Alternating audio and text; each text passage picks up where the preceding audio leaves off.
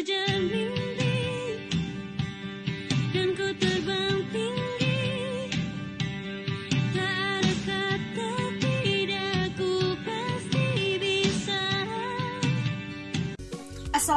warahmatullahi wabarakatuh. Halo semuanya, perkenalkan saya Efti Ayuni, mahasiswi Fakultas Ekonomi dan Bisnis Islam, Prodi Perbankan Syariah dengan NIM 0503192130 Universitas Islam Negeri Sumatera Utara. Sebelumnya yang saya hormati Bapak Asra Idriansyah Purba, SPD MAK CTA selaku dosen pengampu mata kuliah penganggaran dan teman semuanya. Nah, di kesempatan kali ini saya akan mempresentasikan ujian akhir semester saya mata kuliah penganggaran dengan materi anggaran produksi. Jadi sebelum kita lanjut ke pembahasan dari anggaran produksi, ada 5 subjudul yang akan kita bahas. Yang pertama, pengertian dan manfaat dari anggaran produksi. Yang kedua, faktor yang mempengaruhi dalam penyusunan anggaran produksi. Yang ketiga, langkah praktis dalam menyusun anggaran produksi. Yang keempat, metode dalam anggaran produksi. Dan yang kelima, contoh soal. Selanjutnya kita akan masuk ke pembahasan mengenai pengertian dari anggaran produksi. Anggaran produksi adalah rencana perusahaan untuk menghasilkan sebuah produk perusahaan dengan jumlah yang sesuai dengan kebutuhan penjualan dengan mempertimbangkan jumlah persediaan pada awal akhir periode tertentu. Jadi sebelum kita melakukan anggaran produksi ini, kita harus membuat anggaran penjualan terlebih dahulu. Nah, di sini ada formula volume produksi. Jadi formula volume produksi ini bisa juga dikatakan dengan rumus. Nah, rumusnya yaitu volume produksi sama dengan volume penjualan ditambah persediaan akhir dikurang persediaan awal. Selanjutnya kita masuk ke pembahasan mengenai manfaat dari anggaran produksi. Di antaranya, yang pertama, menunjang kegiatan penjualan. Yang kedua, menjaga tingkat persediaan barang jadi yang sewaktu-waktu diminta oleh konsumen. Yang ketiga, mengendalikan kegiatan produksi agar dapat mencipta harga pokok produksi yang serendah-rendahnya. Pembahasan yang kedua mengenai faktor yang mempengaruhi dalam penyusunan anggaran produksi. Jadi sebelum kita menyusun anggaran produksi ini, kita harus memperhatikan faktor-faktor apa saja yang ada dalam penyusunan anggaran produksi itu. Di antaranya yang pertama, rencana penjualan yang tertuang dalam anggaran penjualan. Yang kedua, kapasitas mesin dan peralatan pabrik. Yang ketiga, tenaga kerja yang dimiliki terkait dengan kualitas maupun kuantitasnya. Yang keempat, stabilitas bahan baku. Yang kelima, modal kerja yang dimiliki. Dan yang keenam, fasilitas gedung. Pembahasan ketiga mengenai langkah praktis dalam menyusun anggaran produksi. Jadi, langkah praktis dalam menyusun anggaran produksi ini ada 2 tahap. Yang pertama, tahap perencanaan, yang dimana tahap perencanaan ini menentukan periode waktu yang akan dipakai sebagai dasar dalam penyusunan bagian produksi, menentukan jumlah satuan fisik dari barang yang harus dihasilkan. Selanjutnya, ada tahap pelaksanaan, yang dimana juga tahap pelaksanaan ini menentukan kapan barang akan diproduksi, menentukan di mana barang akan diproduksi, menentukan urutan-urutan proses produksi, menentukan standar penggunaan fasilitas-fasilitas produksi untuk mencapai efisien, menyusun program tentang bahan mentah, buruh, servis, dan peralatan. Jadi itu tadi tahap-tahap dalam menyusun anggaran produksi. Pembahasan yang keempat mengenai metode dalam anggaran produksi, ada 3 metode. Yang pertama, metode produksi stabil. Yang kedua, metode persediaan stabil. Dan yang ketiga, metode kombinasi atau fleksibel. Jadi ketiga metode ini mempunyai ciri masing-masing. Selanjutnya kita akan masuk pembahasan mengenai dari metode anggaran produksi. Yang pertama, metode produksi stabil, yang dimana perusahaan harus menentukan volume produksi yang relatif sama setiap bulannya. Yang kedua, metode persediaan stabil, yaitu suatu metode produksi yang dimana juga perusahaan harus menentukan volume produksi yang relatif sama dari bulan ke bulannya, kecuali pada bulan tertentu. Metode persediaan stabil ini juga akan mengakibatkan produksi menjadi tidak stabil setiap bulannya. Selanjutnya, metode kombinasi atau fleksibel.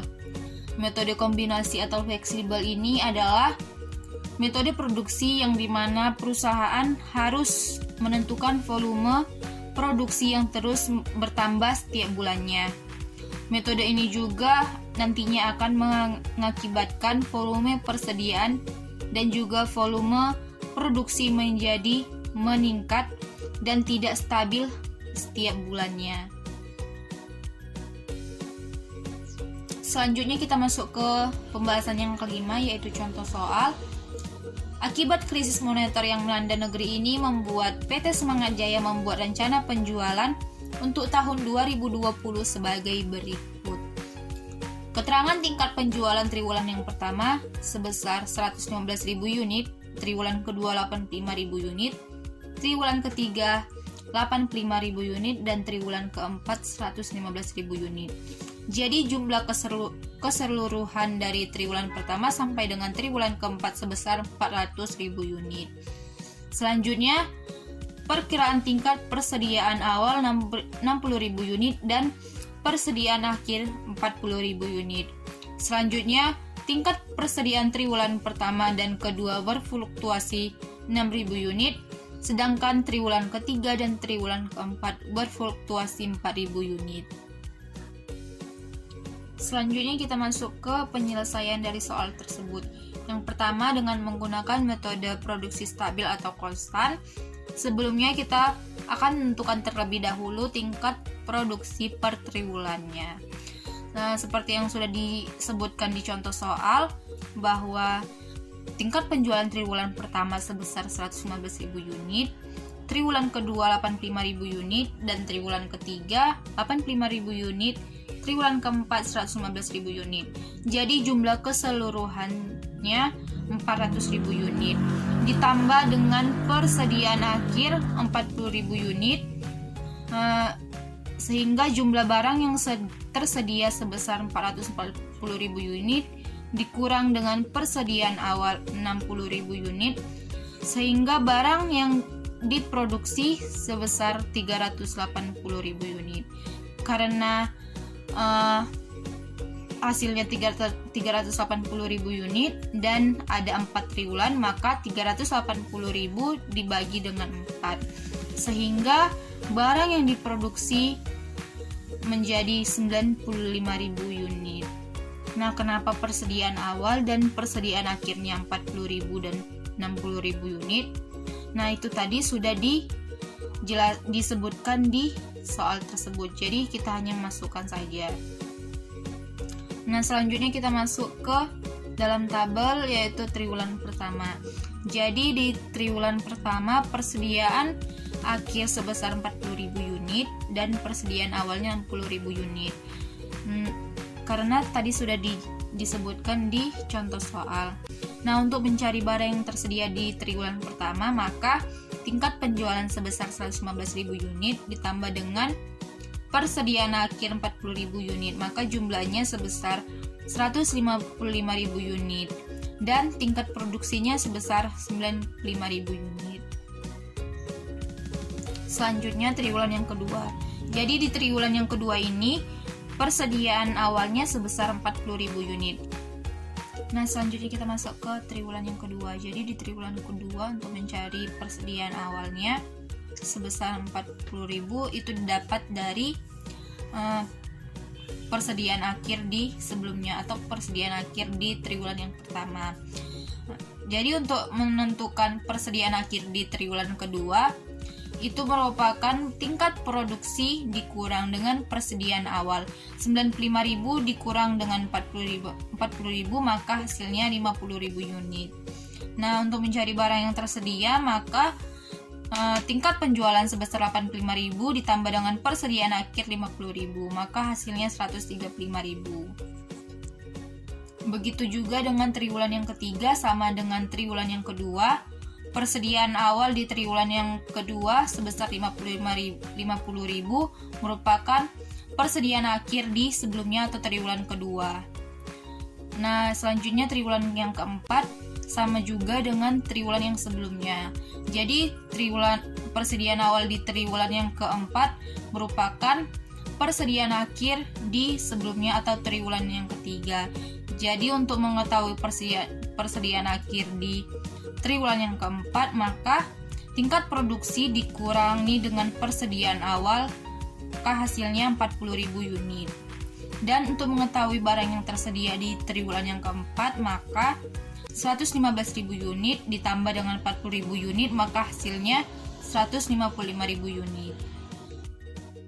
Selanjutnya dengan menggunakan metode persediaan stabil, maka sebelumnya kita harus mencari dulu tingkat persediaan di triwulan pertama. Untuk mengetahuinya, persediaan awal dikurang dengan persediaan akhir dibagi 4 triwulan karena keseluruhan triwulan ada 4. Maka 60.000 unit dikurangi dengan 40.000 unit dan dibagi 4. Maka dapatlah hasilnya sebesar 5.000 unit. Jadi tingkat produksi triwulan yang pertama, tingkat penjualan dikurang dengan 5.000. 115.000 dikurang dengan 5.000, maka hasilnya 110.000. Nah, kita masuk ke dalam tabel, yaitu persediaan awal 60.000 unit, karena sudah tertera di contoh soal tersebut. Nah, di triwulan yang kedua sebesar persediaan awal di triwulan pertama dikurangi dengan 5.000, maka 55.000.